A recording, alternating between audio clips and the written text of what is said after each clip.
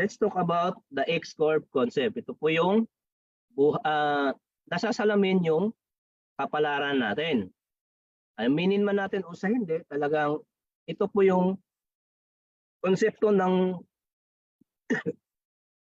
the X-Corp concept ay talagang pupukaw ng pananaw natin sa usaping financial. May dalawa po rito na law of building wealth. Ito po yung green line. Law of decreasing responsibility. Ito po yung blue line. Diba? Tayo po ay bata pa hanggang po tayo ay matanda. Halimbawa, pag ikaw po ay breadwinner, anong kadalasan kalimitan na nangyayari sa atin? Marami na akong nakakausap. Ito talaga yung laging sinasabi. No savings. Wala po tayong ipon. Diba? Yung mga OFW dyan, relate na relate dito. Diba? Walang ipon. Bakit? Bakit tayo walang ipon? Dahil meron po tayong malaking mga responsibility. Dahil meron po tayo, ito po yung mga big responsibility natin: food, shelter, clothing, education, at kalusugan. Ang mahirap pa, malaki ang utang, mas malaki ang utang kaysa naiipon, at malaki ang loans. Hindi lang po sa OFW, ito po ay lahat talaga ang nangyayari. Dahil ginagawa po natin, pagdating ng emergency cases, ano yung ginagawa? Yung loans ginagawang emergency. Diba? Saan po natin kinukuha ang mga big responsibility natin? Sa active income. Nagtatrabaho po tayo sa pera. Pag hindi po tayo papasok, hindi tayo magtatrabaho, wala po tayong income. Which is here in IMG, ito po talaga yung gusto ni IMG, na habang tayo po ay bata, ay magkakaroon po tayo ng savings hanggang tayo po ay tumanda. Bakit? Dahil tayo rin po ay may mga big responsibility, hindi po nawawala. Ang active income natin pag tayo po ay tumanda, nawawala na po yan. Dahil matanda na tayo, hindi na kaya ng katawan, tatanggalin na rin tayo ng mga boss natin. Diba? Dahil pag tayo po matanda na, kumakain din tayo, shelter, clothing, education, nag-aaral pa yung mga apo mo, o yung mga anak mo, nag-aaral pa.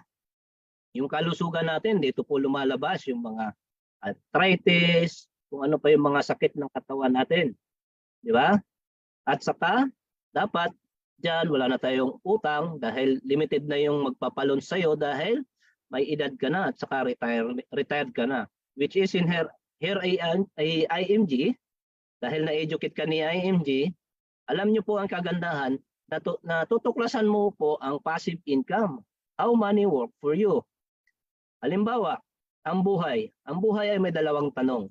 Pag tayo po ay kinuha ni Lord ng maaga. Pag tayo naman po ay tumanda, binigyan tayo ng biyaya. Humaba ang buhay natin, di ba?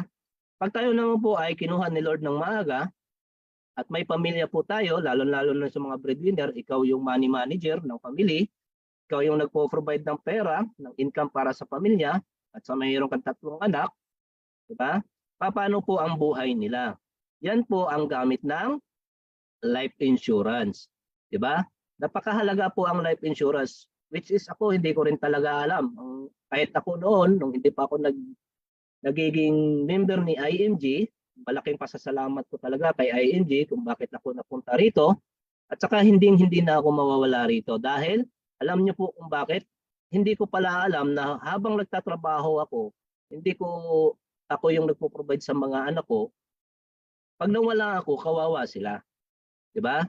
Hindi naman natin pwedeng iasa kung anong lifestyle ng buhay nila. Paano kung nawala ako na, diba? Pag nawala ako, nag-aaral pa sila, anong mangyayari sa kanila? Diba? Baka matigil o mapariwara yung buhay nila. Wag naman sana mangyayari. Pero hindi naman natin alam yung buhay kung anong mangyayari sa atin. Dahil ang buhay, laging tayong may risk. Diba? Kahit lumabas tayo ng bahay, kailangan maingat, kahit anong ingat natin, nandyan talaga yung risk ng buhay natin. Diba? Ito po yung gamit ng life insurance, instant money. Sino po bang hindi gusto ng instant money? Diba? Lahat po tayo kailangan ng pera. Kahit sabihin natin, simple lang ang buhay, gusto ko, pero ang mahirap, yung bilihin hindi simple eh. lumulubo, di ba? Ngayon nagdasal po tayo. Lord, sana bigyan mo ako ng mahabang buhay. Ngayon binigyan ka ng mahabang buhay ni Lord.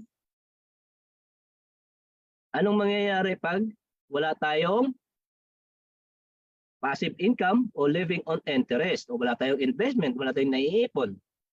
Anong mangyayari? Pupunta tayo doon sa sandwich generation dahil yung anak mo may may magulang rin at saka ikaw. Ang naiipit ay yung mga anak natin. Sino naman ang tutulong sa atin? Paano kung yung mga anak natin is hindi rin successful ang buhay? Paano ka na? Anong gagawin mo? Pipili sa PCSO pag ikaw ay nagkakasakit o manghihingi sa social media? Di ba? Di ba? Marami na tayong nakikita sa social media, sa mga balita na pinabayaan ng mga bata dahil hindi rin nila kayang gampanan, which is yung mabibigyan tayo ng mga anak natin, ito po ay bonus na po natin. Dahil hindi po nila obligasyon na tayo po ay alagaan hanggang tayo po ay tumanda. Pero maswerte tayo dahil may mga anak tayo na handang tumulong at mag-alaga para sa atin.